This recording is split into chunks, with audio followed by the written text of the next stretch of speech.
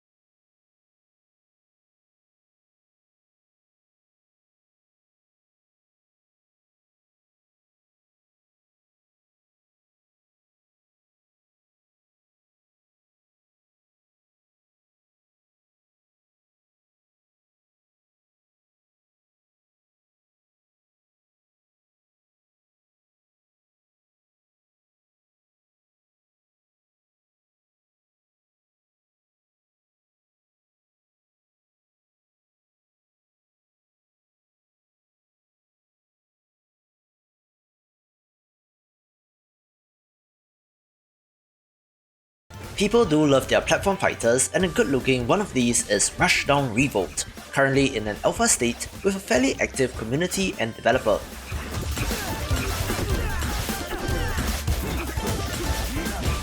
There's some interesting history here, as this team, then known as Wave Dash Games, made another friend favourite platform fighter titled Icon's Combat Arena, but that got shut down in 2018, so in a way this is their comeback project.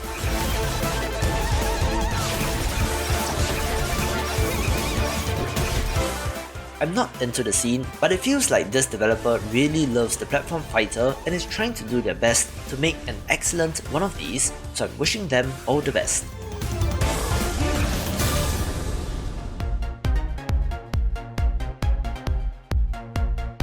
Go! One thing that I love about indie games is the unique mishmash of genres, and Beatdown Dungeon Demon Day certainly accomplishes that, mixing a JRPG with a fighting game that looks awesome.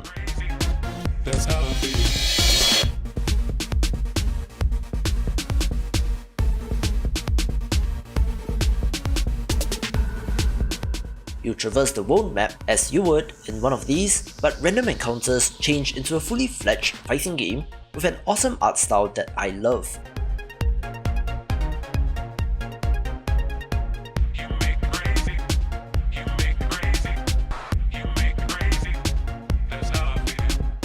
It's always tricky when RPG mechanics get involved in a fighting game, since there's balancing issues and a lack of purity per se, but just for being creative and unique, this gets a spot.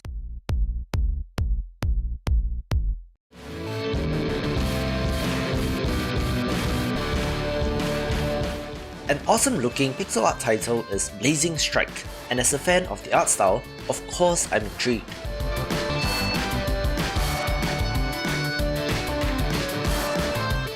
It looks very inspired by Street Fighter 2, but does have 6 normals and something called a rush trigger, enabling faster attacks and movements at the cost of getting groggy if you use it too much.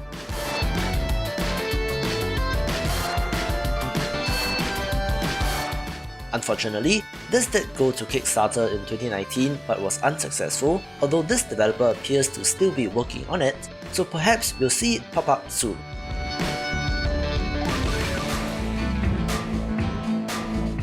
An ingenious fighting game is Dive Kick, only giving you 2 buttons and essentially jump and kick, and does combine that with one-hit kills, distilling down the essence of a fighting game into a game of positioning and footsies and psychological warfare, and Bearsus looks to carry on that legacy. First of all, I do love the name, and it does have an awesome look, but as the developers say, this is barely an alpha version, so do keep that in mind. There are a whole bunch of indie developers who really love fighting games, and it can be seen in their work as well as their Twitter accounts, and one such title is Arcus Chroma.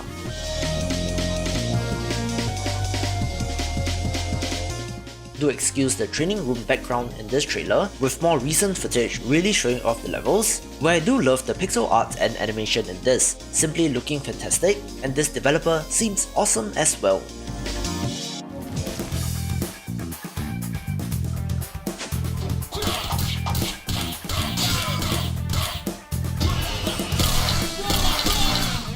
Like many of you, I was hooked by the action puzzle title Super Puzzle Fighter 2 Turbo, absolutely loving the gem and combo system, and when I found out that it had a fighting game variant in Super Gem Fighter Minimax, I absolutely lost my mind. And of course, Pocket Bravery does look inspired by the latter.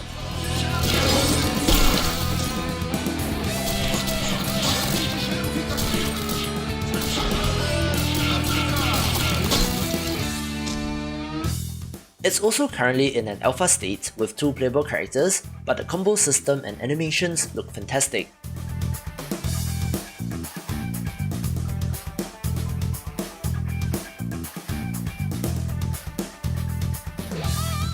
Very impressed with what is there so far, and another developer where the passion shows, so I'm keeping an eye on this.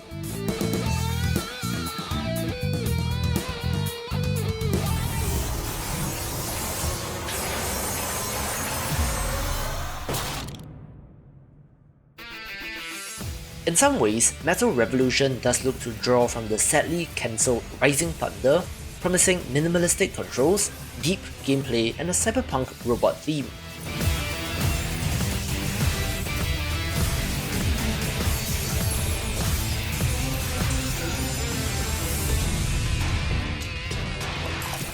The gimmick with Rising Thunder was that it removed complex button inputs to execute special moves, instead binding them to a button where they were on cooldowns instead, so it became much more about timing and watching what your opponent had available to them. But this game states that it has simple moves and cool combos to execute, so I do think that they are similar in some ways.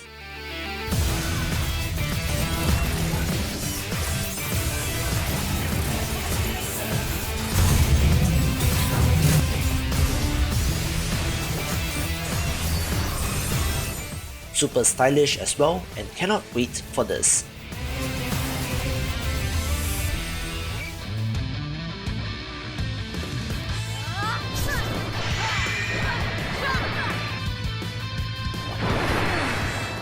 I think that some of you in the comments turned me on to Valvarion, a stylish, high-speed sword combat action game from primarily a solo developer who just so happens to be the director on Dragon Ball FighterZ.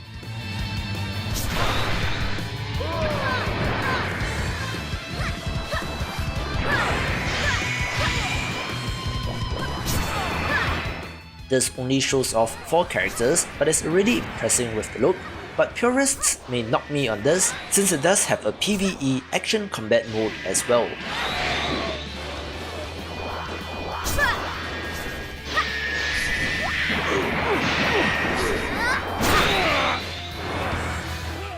Regardless, as a one-on-one 3D fighter, this looks mighty impressive, and with a pedigree like that, I cannot say no.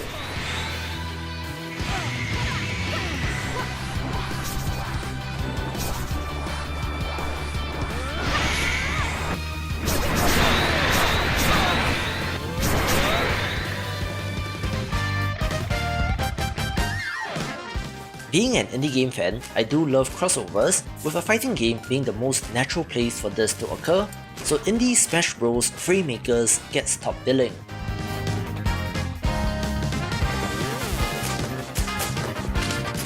I've just covered this recently, but it's worth mentioning yet again, since at the time of recording, there's slightly less than 3 days to go on its massive Kickstarter campaign, which should cross 400,000 without problems. It's no surprise why this has done well given the pixel art look, awesome animation, action and pedigree coming to us from one of the most notable makers of Smash Bros. Fan games out there.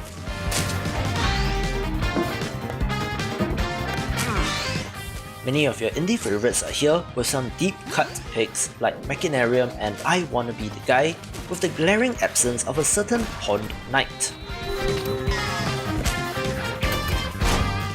This will come with a creator tool as well, so expect plenty of custom characters, possibly becoming the infinitely replayable indie platform fighter, so it takes the #1 spot.